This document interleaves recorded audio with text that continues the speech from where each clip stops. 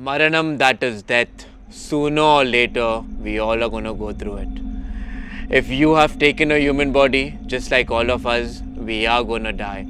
And every day time is ticking. The fact is, the greatest or the most prominent factor that is constantly bothering us is the fear of death or the fear of being lonely. But the fact is, in this reality, when you are born alone, and when you will die alone. Let's understand the meaning of death. Let's decode what happens before death, after death, and the process of death itself.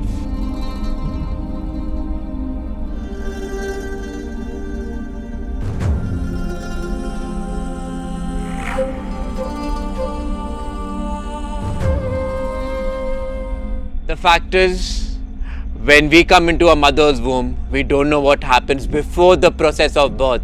Similarly, we are unaware of the process, what happens after that. It's a very fascinating thought.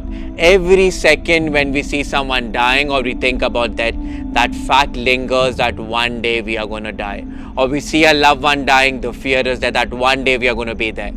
This thought is always there. But have you ever realized you have never experienced death? Something that you have never experienced. Why do you have fear about it? Imagine I throw you in a dark room where there is nothing. The fear will start coming of the unknown, and that unknown is death. But the fact is, you have the fear of death. That means you have experienced death many times. We are just unaware about it. However, one must realize that in Sanatana Dharma, especially in the Garuda Purana, a clear understanding of death is given. The entire process of death is given. And the fact is, you never die. What you leave behind is the body, but you are eternal. And that is the Jivatma. The Jivatma is just a reflection of the Paramatma. You know, as you grow old, how old clothes are not going to fit you. As time passes, the 5 elements, that is the body, will eventually dissolve and merge into the 5 elements again, and you will go on. Life and death are not opposite. In reality, birth and death are opposite. Life always goes on. Once you have that knowledge and you start working on it, you will realize that we are creatures of bliss and we are eternal. Let's understand the process of death given in Garuda Purana, and also understand that these great rishis were spiritual scientists who had decoded the body at a level which modern science is trying to understand now. If you have seen a dead body, you realize what happens to the dead body. It is very strange. If someone is dying, all of a sudden you will see that they are recovering and you think they're going to be okay, but after a few days they die. And this has been beautifully decoded by the rishis through the knowledge of the Panch-Vayus. The Panch-Vayus are the 5 major Vayus that work throughout a body. It determines the state of a body. It determines the lifespan of the body, if we understand. It also determines how and when we are going to die. Generally, when normal people like us, when we die, if you have realized, 4 to 5 hours prior to our death, the feet, they start becoming cold. This indicates that the chakras in the feet are slowly not operating because the prana has started moving, and at the same time it signifies the detachment from the earth plane. The attachment to this reality is coming to an end. And the person or the loved one next to the dead person realizes that there is no time. Once this process has started, the Panch-Vayus leave in a very specific manner, and the process is beautiful. See, there is nothing to fear death. The first Vayu that leaves the body is the Saman Vayu. Within 21 minutes, the Saman Vayu leaves the body. Of course, we'll discuss in detail how the Vayu leaves the body.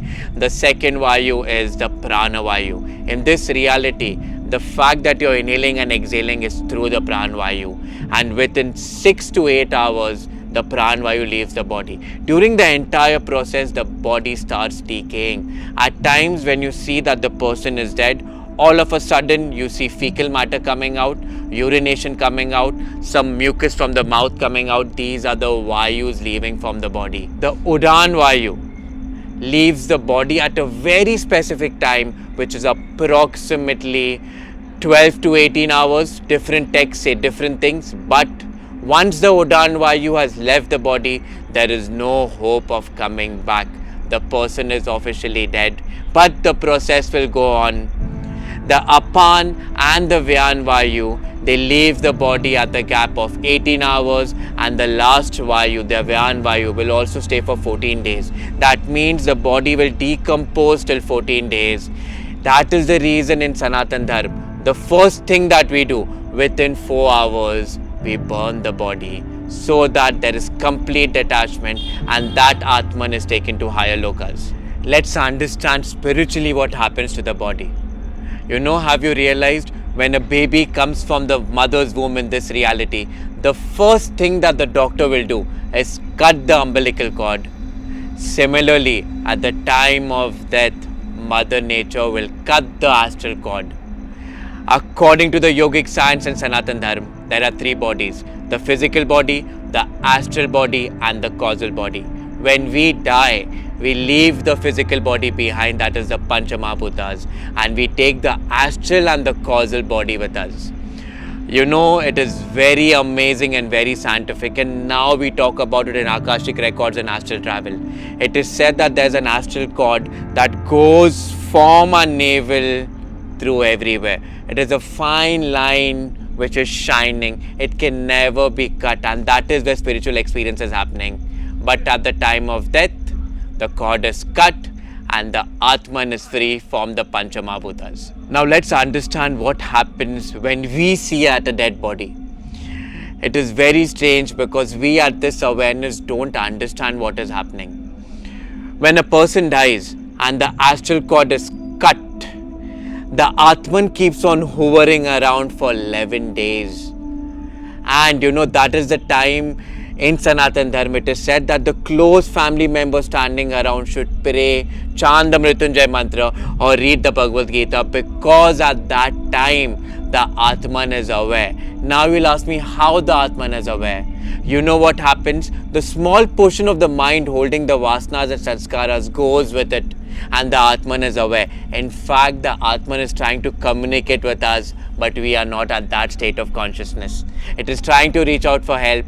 That is the reason, again I repeat, when the body is burnt, that Atman realizes that there is no attachment and it's pulled into higher states. But before going there, we should understand one question. How is it associated with the body? Now there's a very beautiful question asked by Arjun to Bhagwan, that is Lord Krishna. If I have done my spiritual growth and I don't get enlightened in this body, what will happen next? Let me put it in the concept and understanding of Tantra and Chakras. Imagine that you have done a lot of spiritual practices, but you have not reached the pinnacle of human consciousness, that is the crown. What will happen to you? Or a man who has lived a normal life, how will he die? And how does karma come into play at the time of death? Sanatana Dharma says that we are responsible for our own life and our own karma. If you are leading a life which is full of adharma, full of cheating, full of manipulation, Mother Nature is not going to let you go. Depending upon the quality of life that you're leading, you will leave this body. Again, coming back to the understanding of Tantra, if you're leading a life which is very, very shallow, you will leave the body from the lower chakras.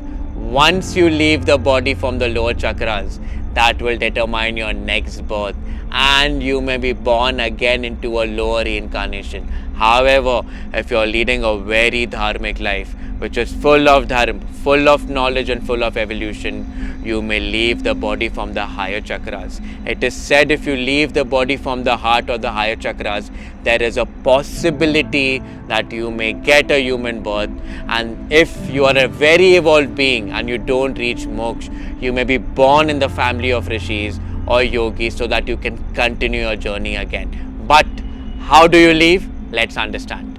Have you seen the human body? It is the most complex instrument, even complex than you going to the moon or you understanding how the world operates, because the world is inside you. And at the time of death, we leave the body from the 9 orifices. That is 2 eyes, the 2 nose holes, 2 ears, mouth, reproductive organs, and of course your anus.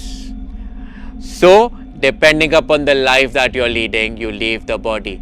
I don't know if you're aware or no, but in Sanatana Dharma, when the body is dead, the first thing that is done, we tie the toes, we put tulsi and ganga jal in the mouth, we cover the mouth, cover the ear holes, eye holes and everything, so that the prana leaves from the crown. But as I mentioned earlier, depending upon the quality of life, you determine your own death and your next birth, and that is reincarnation. However, when a yogi leaves the body, who's beyond attachment, who's beyond karma, they leave the body from the crown. It is a very rare sight to see, because when a yogi leaves the body, they sit in Padmasana, they pull the prana to the third eye, and then they take it to the crown. It is said at that time, when they leave this mortal world, the skull cracks and few spots of blood are seen, and that is the end of the vicious cycle of birth and death.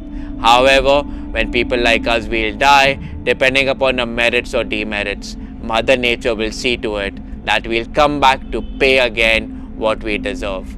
So there is no God that is punishing you, it is your own action. Be responsible. As the process of death is started, and the Jivatma has become free from the mortal coils of the Panchamahabhutas when the astral cord is cut, for 11 days the Atman will hover around. It will go to the things that it is most attached to. Its family, if it attached to money, it will go to the bank, its loved one. That is the reason very close members of that family experience the presence of their loved ones. They are actually communicating. But if you do some spiritual sadhana, if you are doing your mantra jap and you have your Ishta or your Guru, it is said at the time of death, that Ishta, that Guru will be holding you, looking after you, and will be taking you to the higher states of consciousness. That is the reason no spiritual sadhana will ever go to waste. At the right time, right space, your sadhana will help you. After the body that has been cremated, Mother Nature is very, very powerful. It has its own laws. We have the gravitational force which is pulling us down. At the same time, we have the magnetic force which is pulling us up. The Atman is pulled into different lokas or states of consciousness depending upon the karma. There is a cooling period where it goes through. At this point of time, there is no space, time and causation, because the factor of the mind is not there. Only the vasana and the sanskaras, whatever you have accumulated in this life, will be taken to the next life. And there is a karmic board where the blueprint of your next life is created. All the good actions, all the bad actions, whatever you have done is printed, and then when the time is right, you have been pushed into this reality again just to work your karma out. It is said when a baby is born, the first 40 days, the baby is completely aware and has impressions of the past birth. That is the reason you see them at times laughing or giggling or even going through certain kind of emotions. This is how nature works. If you are aware, you can end the vicious cycle of birth and death, or you can go on and on until you realize that you are Satchit Anand. Hari Om Tat Sat.